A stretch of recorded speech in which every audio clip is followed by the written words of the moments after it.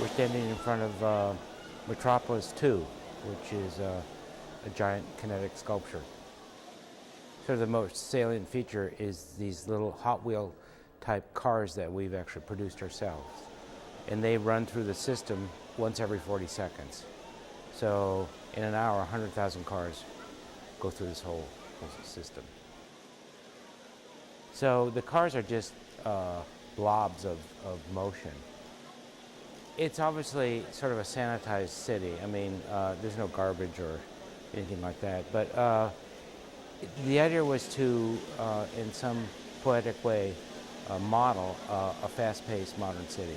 And obviously, I live in Los Angeles, so you could say this is a model of Los Angeles, but it's not. The buildings don't relate to any real buildings, and no roads relate to any actual freeways. So it's just an abstraction. It kind of models the past and the future in the same breath, because in the future, cars will not be able to run loose, like we still can.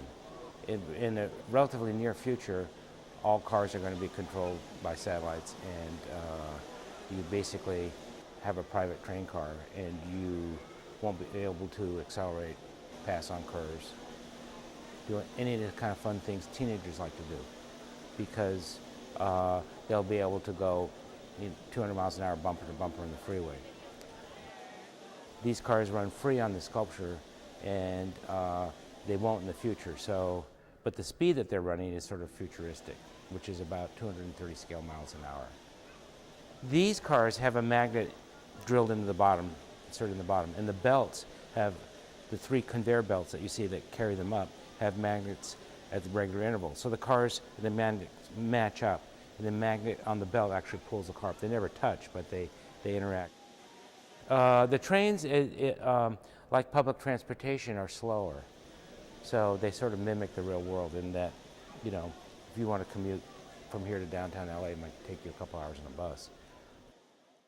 Usually it takes me about an hour to get here, but on actual traffic night, it can take 2.5 hours, which is, it's taken me over 2 hours to get to Beverly Hills from Topanga. So that's it's disheartening.